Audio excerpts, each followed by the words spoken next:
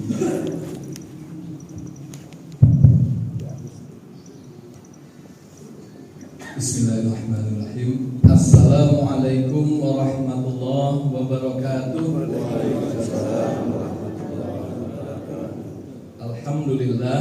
Alhamdulillahilladzi anzala ala 'abdihil kitab wa lam yaj'al lahu 'iwajan qayyiman liyunzira ba'san syadidan min ladunhu wa yubashshiral mu'minina alladzina ya'maluna as-salihati anna lahum ajran hasanah.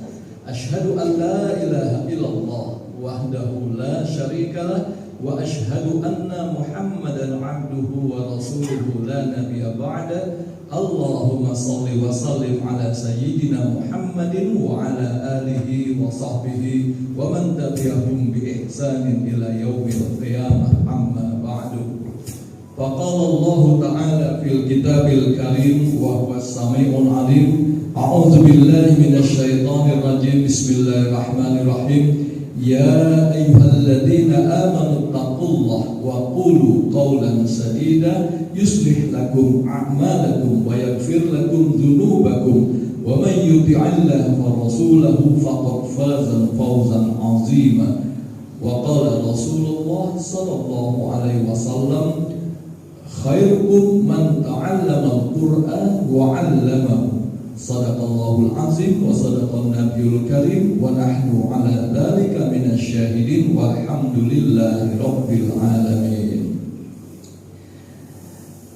Ibu-ibu, bapak-bapak, saudara-saudaraku, ikhwatu iman rahimakumullah, khususan yang mulia Sultan Iskandar yang Anda takzimi, bapak-bapak, ibu-ibu, para asatid, para ulama, para sesepuh, ibu-ibu ustazah yang tidak bisa kami sebutkan satu persatu, insya Allah tidak mengurangi takzim kami kepada bapak-bapak, ibu-ibu semua, dan juga seluruh jemaah yang senantiasa dalam kasih sayang Allah. Syukur alhamdulillah kita pacak bersilaturahim lagi. Ini yang kedua kali ya kami ke sini ya. Alhamdulillah dalam keadaan sehat walafiat, dan kita insya Allah sekarang ini dalam kondisi iman yang sedang berada di puncak. Kita sebagaimana mengetahui bahwa iman kita itu pacak naik, pacak turun. Iman kita naik dalam kondisi kita menjalankan ketaatan kepada Allah dalam bentuk ibadah mahdoh maupun ibadah ghairu mahdoh atau ibadah sosial. Kita tadi sudah melaksanakan sholat subuh berjamaah, salah satu fardu kita. Lalu kita lanjut ini dengan taklim ilmu, tolabul ilmi.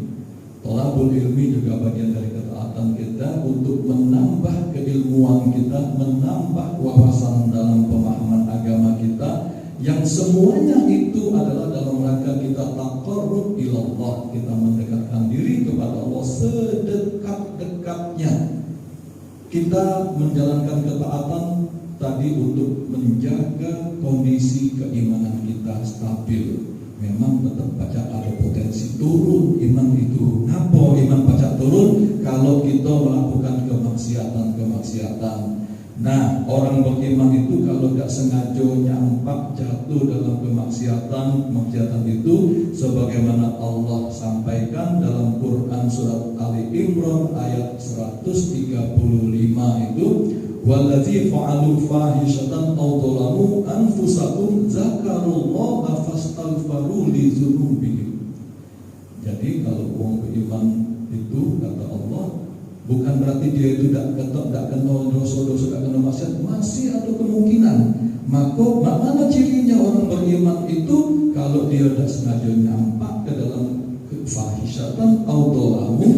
Fahisyah itu dosa-dosa berkaitan dengan lisan, pikiran, ya, atau dhalamu anfusahum, kekejian berkaitan dengan yang di bawah perut. Nah itu ya, tidak jelas kenian ya, perut ke bawah itu. Jadi ada yang di pojok soal akal kita baca tiga jatuh kepada kemaksiatan dengan akal, lisan atau segala macam, baca tiga lewat. Itu Allah menunjuk tahu cirinya. Zakarallah fastaghfiru li dzunubihim. langsung ingat saat itu juga kepada Allah, langsung minta ampun, jangan nunda besok bela minta ampun, besok bela. Kakek mana tahu umur kita tiba-tiba sebentar lagi meninggal, langsung mohon ampun. Nah itu salah satu strateginya cuma itu. Allah lanjut tahu gitu di Quran itu. Salah satunya Ali Imran 135 tadi yang kami bacakan. Nah baik, sesuai dengan tema, anak ngajak kita mentadaburi ayat-ayat Allah di Quran surat Al-Mu'minun surat ke-23 yang tadi anak bacakan di rakaat kedua. Al-Mu'minun ini menjelaskan, Allah menyampaikan dengan tegas, qad aflahal mu'minun, berbahagialah orang-orang mukmin itu. Nah kalau mukmin ada yang tidak berbahagia, jingok surat ini makna strateginya supaya kita ini jadi mukmin yang berbahagia. Mukmin itu bahagia kata Allah, bukan kata aku, bukan kata ulama, bukan kata nabi, bahkan Allah yang menyampaikan qad aflah al-mu'minun, sungguh berbahagialah orang-orang mukmin itu. Apa cirinya? Nah itu ya, kayak kita melok ini ayat ini kita tinggal cocokkan dengan diri kita. Kalau kita nak pengen jadi mukmin yang berbahagia yang dipuji oleh Allah, kaget di ayat ke-10-nya Allah tidak tahu apa hadiahnya mukmin yang berbahagia itu. Kita kutip satu persatu ya ayatnya ya. A'udzubillahi minasyaitonirrajim. Qad aflahal mu'minun alladzina hum fi sholatihim khashi'un walladzina hum 'anil lagwi mu'ridun walladzina hum lizzakati fa'ilun walladzina hum li furujihim hafizuna illa 'ala azwajihim aw ma malakat aymanuhum fa innahum ghairu malumin faman ibtagha wara'a dzalika fa ulaika humul 'adun walladzina hum li amanatihim wa ahdihim ra'un walladzina hum 'ala shalawatihim yuhafizun. Nah, paling tidak ada 6 tadi ya cirinya ya. Nah di ujung ayat ini dia nih apa namanya rahasianya wong bahagia ini tadi, ulaika humul warisun alladzina yarisunal firdausa hum fiha khalidun. Nah, berbahagialah orang mukmin. Mana cirinya? Kata Allah, alladzina hum fi sholatihim khashi'un. Ciri pertamanya sholatnya khusyuk. Nah, kita kupas ya sholat khusyuk itu apa. Yang kedua, walladzina hum 'anil lagwi mu'ridun, yaitu orang yang menghindarkan dirinya dari perbuatan dan perkataan yang tidak bermanfaat. Nah, itu cuma terjadi yang manfaat beda, manfaat dijauhinya perintah Allah itu. Ya, yang ketiga, walladzina hum lizzakati fa'ilun, dia menunaikan zakatnya dengan senang hati, bukan berzakat dengan uji itu. Merutuk, jangan pelembang dia untuk zakat tapi merutuk. Nah, tidak bahagia dia meskipun zakat dengan apa adanya, tapi memang zakat itu hanya untuk orang-orang kaya. Yang mukmin yang tidak kaya tidak penuh zakat. Apa ukuran kaya? Kita jelaskan ya. Lalu yang keempat, walladzina hum li furujihim hafizuna illa ala azwajihim aw ma malakat aymanuhum fa innahum ghairu malumin, yaitu orang yang menjaga farajnya, maaf kelaminnya ya, menjaga kelaminnya dan boleh sembarangan di basing-basing KW ke ujung Palembang kecuali, nah jadi kelamin itu boleh dipakai kata Allah, kecuali yaitu kepada istri-istri mereka atau budak-budak yang mereka peroleh dari peperangan. Nah sekarang ada kati lagi budak yang kita peroleh dari peperangan. Sekarang ada kati lagi perang dalam membela agama kan, berarti istri. Kalau dia lakukan di luar itu berarti dia wong yang terlalu. Nah, kalau pakai istilah Bang Haji Roma ya terlalu. Nah, itu ya. Lalu apa yang berikutnya? Yaitu orang yang jaga amanahnya. Nah kita nih kata Nabi, kullukum ra'in wa kullukum mas'ulun an ra'iyatihim. Setiap kalian adalah pemimpin dan setiap pemimpin pastilah Allah minta tanggung jawabnya kakek di akhirat. Kalau tidak di dunia di akhirat ya.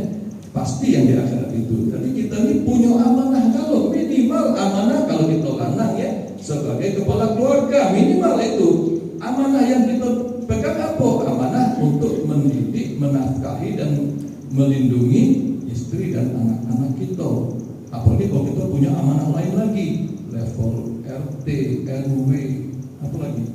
Lurah, camat, wali kota, gubernur, presiden. Nah, berarti amanah yang dia pegang luar biasa. Kalau presiden itu diamanahi 275 juta rakyatnya, mana dia jago amanah ini? Nah itu ya. Jadi beratnya jadi pemimpin itu. Kita pemimpin rumah tangga bila berat, apalagi pemimpin yang lain-lain. Nah berikutnya, walladzina hum di amanah setelah amanah tadi, walladzina hum ala sholawatihim yuhafizun. Tadi jadi Allah nyebut 2 kali sholat. Yang pertama tadi, yang kedua sholatnya khusyuk. Nah itu berkaitan dengan kualitas. Yang di ayat 98 ini Allah nyebut lagi sholat yuhafizun, ini terkait dengan kuantitas, jumlah sholatnya. Minimal kita nih sehari semalam minimal nian 17 rakaat 5 waktu itu ya, minimal betul tidak 17 ya kalau terjemahkan ya, minimal itu kita jago itu, jangan sampai lewat. Kita sakit baik tetap harus sholat 5 waktu. Ditambah lagi kalau tidak sunat-sunat yang 12 itu ya relatif ya, 17 tambah 12 29, betul ya, 29 betul ya. Tambah minimal witir 3 rakaat ya, tambah lagi duha kalau nak nambah. Sholat malam dulu, sholat malam habis witir itu kita boleh dulukan sebelum tidur, tapi kalau sholat malam harus sesudah tidur. Nah itu ya bedanya ya. Baik, kita kupas satu persatu. Apa niat sholat khusyuk itu yang menjadikan ciri mukmin yang berbahagia itu? Nah, kita tengok Allah memberikan petunjuknya dan juga Nabi kemudian menguraikannya. Salah satu firman Allah menyebutkan aqimis sholat lizikri, dirikan sholat untuk mengingatku. Jadi Allah tuh ngajak, hayo hamba-hambaku selalu mengingatku. Kenapa? Dengan mengingat Allah itu hati kita tenang, hati kita bahagia, selalu teringat, terikat kita dengan selalu mengingat Allah. Mana mengingat Allah itu? Mengingat, selalu mentadaburi nikmat-nikmat Allah kita di setiap saat nih. Tak pacak lepas dari nikmat Allah. Minimal apa? Napas kita ini. Napas kita ini setiap saat kita bernapas. Cobalah kita iseng-iseng tutup hidung kita bangsa semenit 2 menit baik. Apa sanggup gitu? Kalau tidak langsung inna lillahi wa inna ilaihi raji'un. Cobalah kalau tidak percaya. Nah, udara oksigen kita ini nikmat Allah yang tidak pernah kita ingat. Ini nikmat Allah. Nikmat, kemudian nikmat makanan, nikmat minuman, nikmat panca indera kita. Nah kalau ini kita nikmat, kita gunakan untuk selalu mendekatkan diri kepada Allah. Nikmat-nikmat ini kita baca sholat karena kita sehat walafiat, meskipun sakit pun tetap kita sholat gitu ya. Nah ini nikmat-nikmat Allah ini menyebabkan kita menjadi orang yang berbahagia, khusyuk. Berikutnya khusyuk itu adalah saat kita sholat itu kita sinkronkan antara sholat itu kan ada 3 rukun ya. 1 rukun qalbi, rukun niat ya, niat sholat harus berniat itu.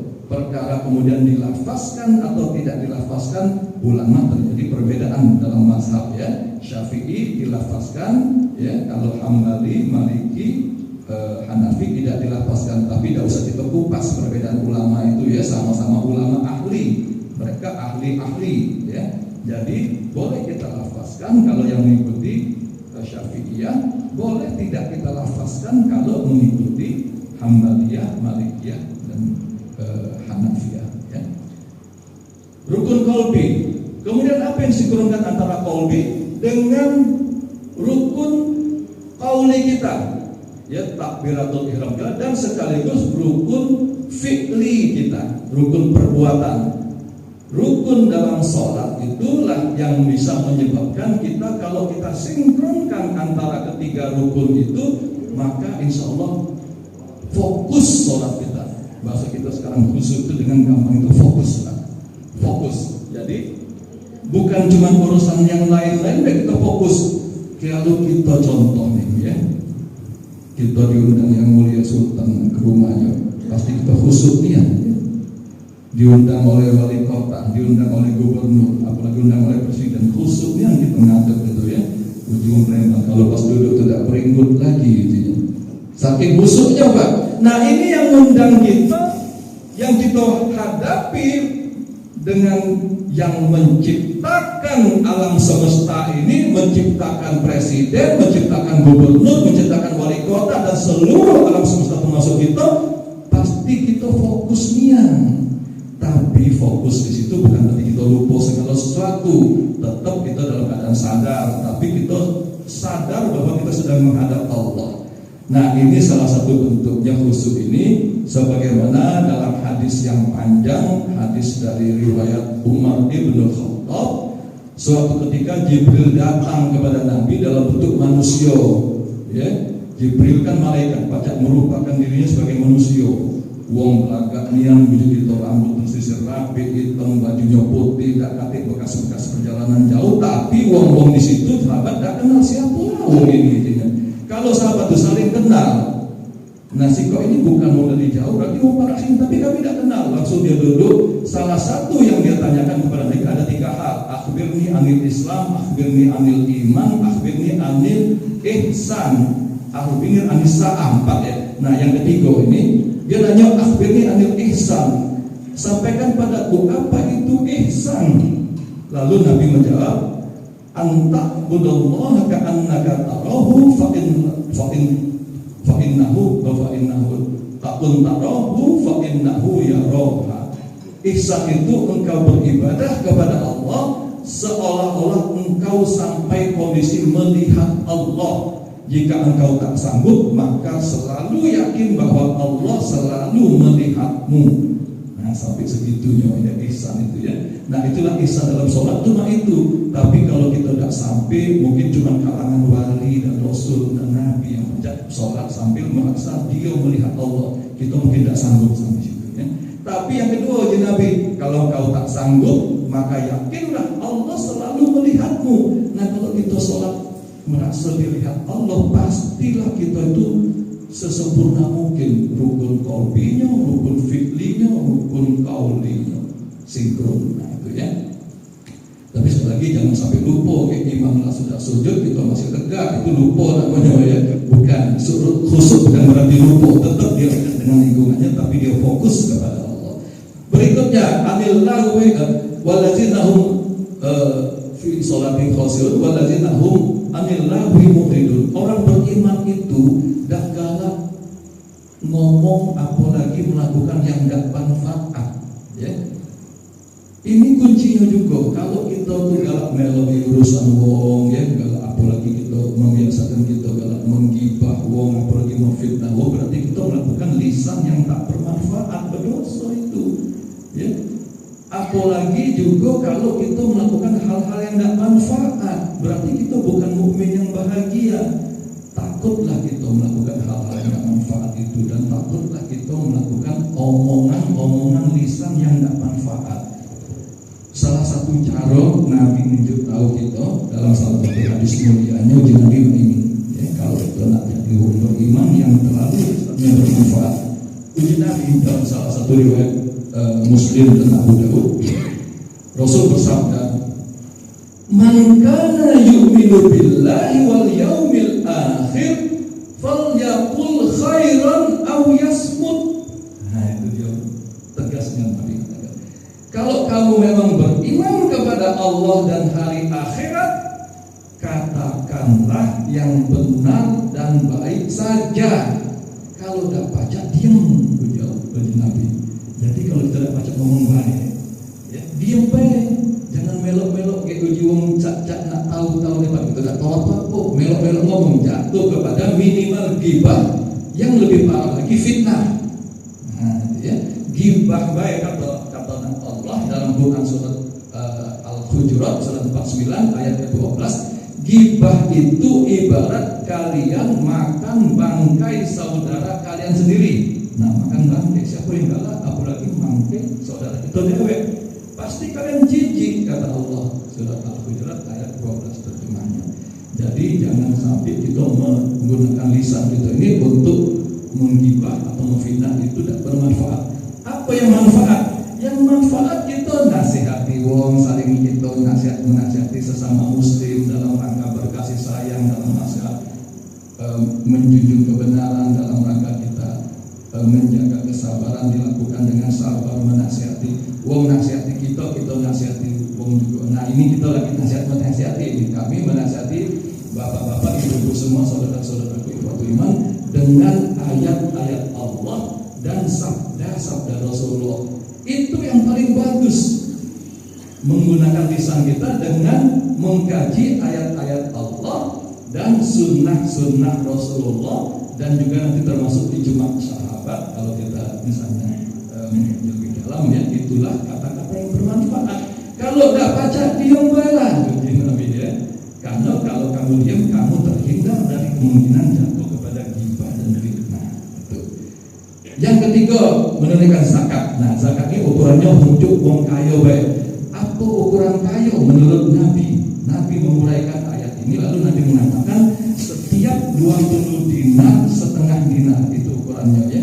Dinar itu bahasa kita sekarang nggak katik ya. Lalu ulama memformulasikan, menghitung secara matematis, dinar itu 20 dinar itu setara 85 gram emas murni. Kalau yang aslinya sebenarnya 84,75, tapi dikeluarkan oleh para ulama zakat 85. Dikeluarkan setiap 85 gram 2,5%.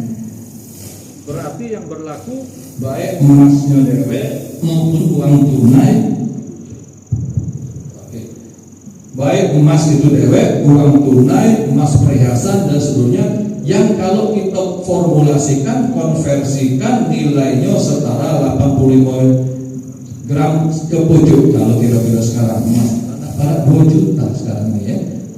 Anggaplah sekarang, Anda ada tahu ya, belum ngecek tadi ke www.antam.go.id. Anda tahu juga kalau di harga emas ya. Bukan apa-apa, bukan anak-anak beli emas ya, tapi nak tentukan kira-kira kalau maaf, Anda ini juga konsultan zakat, jadi Anda harus amati terus harga emas berapa lah kira-kira sekarang harga emas. Sebagai data hitungan, tentukan kekayaan uang berapa yang batas harus bayar zakat. Gitu, karena maklumlah konsultan zakat Anda. Jadi kalau kira-kira sekarang 2 juta, berarti 85 kali 2 berarti kan 170 juta kira-kira itu. Nah, berarti kalau uang punya harta seminimal 170 juta ke pojok, ya wajib mengeluarkan zakat. Artinya dia uang kaya, apalagi kalau 175 miliar, gitu ya, pasti 175 juta nanti katakan itu uang kaya. Dia mengeluarkan zakat 2,5% kali bersih dia. Nah, kalau uang yang tidak sampai atas itu jangan kecil hati, tetap Allah menjadi kesempatan untuk menjadi mukmin yang berbahagia. Turunan lain dari zakat itu adalah infak sedekah. Nah, kalau infak sedekah siapa? Pajak, ya. Nggak usah nak uang kayunya, kita belum sampai nilai semua itu pajak. Infak dah kata batasan, sedekah dah kata batasan. Berapa kita silakan nak mengeluarkan infak sedekah sebagai mukmin yang berbahagia. Nah, bahkan Nabi terus memotivasi kita dengan salah satu hadisnya. Nabi itu menunjukkan ini, ittaqunnar walau bisikin tamarah, kata Nabi. Takutlah, jagalah dirimu dari kemungkinan masuk api neraka dengan selalu bersedekah meskipun cuma senilai setengah butir kurma. Nah, Nabi menunjukkan yang paling ringannya, tetap bersedekah. Kenapa kita akan menghindarkan kita dari api neraka? Setengah butir kurma itu mungkin kira-kira 1.000 rupiah ya, mungkin ya kira-kira ya 1.000 rupiah. Nah, rutin tetap kita bersedekah meskipun 1.000 rupiah rutin. Untuk apa? Menjaga diri kita dari kemungkinan masuk api neraka. Itu tentang zakat, turunannya infak sedekah. Berikutnya, menjaga kemaluan, kecuali pada istri-istri dan atau budak. Maaf, kalau budak sekarang sudah tidak ada ya, tapi konsep ayat ini masih tetap berlaku. Mungkin suatu saat ada lagi perbudakan, mana kita tahu ya, jangan zaman dari ayat itu berlaku. Tapi sekarang nggak katik lagi. Maaf, kalau pembantu itu bukan budak, kayak kita salah pulau, kayak pembantu lagi laju ke pulau, bukan. Mereka itu pekerja, mereka bekerja profesional, mereka bekerja pada kita upah ya, bukan budak pembantu ya. Termasuk yang di Arab Saudi sana, TKW bukan budak ya. itu mereka bekerja rumah tangga, ya. Istri. Nah, istri ini dalam ayat itu menyebutkan nisa panjang, tapi banyak, ya, boleh sampai 4, tapi jago jangan sampai tidak berbuat adil, ya. Jangan pula itu nak mubala. Tak boleh 4 itu boleh. 2, 3, 4 kata Allah di surat An-Nisa ayat 3. Fa in khiftum alla ta'dilu, tapi kalau kamu tak berbuat tidak adil fawahidatan si kobe. Jadi kami harus jelaskan sunnahnya Nabi itu, sunnahnya Allah itu terhadap beristri itu boleh 2, boleh 3, boleh 4 untuk yang sanggup berbuat adil. Tapi yang tidak sanggup berbuat adil, fa in khiftum alla ta'dilu fawahidatan, untuk yang tidak mampu berbuat adil. Sikok itulah sunnah buat dia. Nah, jadi jangan mengatakan sikok tidak sunnah. 1 juga sunnah, 2 sunnah, 3 sunnah, 4 sunnah, tergantung siapa yang mampu melakukan keadilan tadi. Ya, itu istri, ya. Lalu berikutnya amanah. Nah, ini seorang mukmin yang berbahagia, dia pasti melaksanakan amanahnya. Kalau dia tidak amanah, pasti tidak bahagia. Apa buktinya? Orang yang tidak menjalankan amanahnya pasti ada rasa deredek di dalam hatinya, ya. Kita ini sebenarnya makhluk yang suci. Kita ini ada ruh. Dalam ruh itu adalah tempatnya di kalbu. Itulah tempat kita bertanya yang paling dalam. Kalau kita melakukan sesuatu yang kesalahan, termasuk kita misalnya berbohong, pasti deredek hati kita ini, ya, deredek. Nah, disitulah bahwa kita masih bersih hatinya. Kalau orang yang sudah banyak melakukan kesalahan, tidak rasa lagi ketakutan dalam dirinya, itu penyakit itu. Nanti dia harus segera, kalau minimal diruqyah, ya. Minimal diruqyah. Insya Allah kami juga baca meruqyah. Jadi kami di konsultan zakat juga baca meruqyah. Insya Allah kalau ada yang terdekat tadi, ya, kita lewati. Jadi menjalankan amanah itu bukti kebahagiaan dari Allah. Orang yang bahagia dia menjalankan amanah. Kalau dia tidak jalankan amanah, dia pasti ada rasa tak lemak dalam dirinya. Woi, aku ini percaya mau jadi wali kota, mana ya aku tak jalankan amanahku. Jalankan APBD-nya mak mano, membuat kebijakan-kebijakan perwakunya mak mano, semuanya dijalankan. Kalau tidak, berarti dia bukan mukmin dan bukan mukmin yang bahagia, mukmin biasa-biasa. Nah, ini Allah katakan mukmin yang bahagia. Itu, ya. Jadi cirinya itu. Nah, kalau kita sudah lakukan seluruh yang Allah sebutkan dalam Quran surah Al-Mu'minun tadi, Allah janjikan di ujungnya, Allah nyampaikan ulaika humul warisun. Mereka lah orang-orang yang mendapatkan warisan. Nah, galak-galak kalau warisan, ya. Apa warisannya? Alladzina yarisunal firdausa hum fiha khalidun. Warisannya surga Firdaus, Pak, Bu. Surga yang paling VVIP, surga tertinggi. Surga itu kaget, ada juga level-levelnya. Jannatul Naim, Jannatul Ma'wa. Nah, Firdaus itu yang top, surga paling atas, top di situ, paling nikmat. Itulah yang kita minta kepada Allah, dan cara kita pengen dapatnya tadi itu tinggal kita jalankan ayat ini tadi, ya. Saya ulangi lagi cirinya tadi yang akan dapat warisan surga Firdaus ini. Pertama, sholatnya khusyuk, ya. Tadi kami sudah coba uraikan singkat tentang sholat khusyuk. Kemudian menghindarkan diri dari perbuatan dan perkataan tidak bermanfaat. Kita ngomong yang bagus-bagus, jangan ngomong-ngomong yang tidak bermanfaat, ya. Kata Nabi, fatakul khairan au yasmut, kalau tidak baca diam. Nah, gitu. Yang ketiga, menunaikan zakat untuk wong yang kaya. Tadi ukuran kaya sudah kami sebutkan. Kalau tidak kaya, kita boleh tetap mengeluarkan zakat dalam bentuk apa? Infak, sedekah. Yang berikutnya, menjaga kelamin kita, jangan basing-basing, kecuali untuk istri-istri kita, ya. Lalu yang berikutnya tadi, jago amanah, jalankan amanah, apapun bentuk amanah yang Allah berikan pada kita, itu kita laksanakan. Yang terakhir, menjaga kuantitas sholat. Jadi kualitas dan kuantitas sholat. Kalau kuantitas itu minimal 17 rakaat sehari semalam. Itulah fardu kita, ya. Nah, inilah kalau kita laksanakan ini dengan sempurna, maka kita akan merasa sebagai mukmin yang berbahagia. Coba kita percaya bahagianya kita. Ngapo kita merasa dekat dengan Allah. Nah, kaget bahagia kita itu akan diganjar oleh Allah dengan surga Firdaus. Quran surat Al-Mu'minun ayat ke-10 yang tadi yang kami bacakan. Mudah Bu ya? Mudah tak Bu? Tinggal jalankan itu baik Bu. Mudah tak? Ya Pak, mudah tak Pak? Jalankannya mudah, tapi jalankannya jangan asal jalankan, tapi jalankan dengan senang hati. Nah itu ukurannya ya. Kalau kita jalankannya dengan merutuk, tidak ikhlas gitu, tidak dapat gitu. Nah dengan senang hati kita jalankannya, karena Allah pasti janji, Allah itu pasti benar, dan kita ingin dapat surga Firdaus, kita jalankan. Kalau sisip-sisip dikit misalnya tidak dapat surga Firdaus saja kita, surga di bawahnya jadilah. Yang penting surga. Jannatul Na'im atau Jannatul Ma'wa tetap surga. Di pinggiran nyobe lagi jadilah.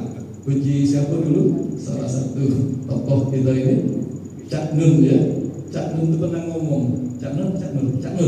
Puji Cak Nun. Aku kaget misalnya masuk surga, tapi jadi penjaga sendalnya penduduk surga, artinya di pintu surga kan. Lagi jadilah pojok surga daripada sikoknya. Satu lagi itu. Jadi di akhirat cuma dua pilihannya Bu, surga atau neraka. Kalau di surga pinggirannya menjadilah, nah, syukur-syukur Jannatul Firdaus ya. Kita tangguh dengan Nabi kita, Rasulullah yang kita cintai. Kita pengennya kita tangguh dengan Nabi. Masuklah surga Firdaus karena Nabi posisinya di surga Firdaus, surga tertinggi. Tapi kalau tidak dapat pinggirannya jadilah. Jangan ya sikoknya. Yang satu lagi itu meskipun di tengah ada galak, jangan. Apalagi kalau di tengahnya ya. Nah, jangan gitu ya. Makanya jago salah satunya tadi ittaqun nar walau bisikin tamaro. Jagalah dirimu dari masuk neraka dengan selalu memberi, bersedekah itu memberi. Ya, meskipun senilai setengah butir kurma Nabi. Seminimal-minimalnya itu. Kalau pajak jangan setengah butir, sekilo. Tidak sekilo. Kalau pajak sekarung gitu ya. Jangan setengah. Tapi kalau kita lagi dakatik, lagi buntunya di Jumong Palembang, senilai setengah butir, Rp1.000. Itulah ciri mukmin yang berbahagia. Supaya itu beda kan ya. Mudah-mudahan kalau misalnya nanti explore lagi, kalau masih ada waktu silakan kami buka forum.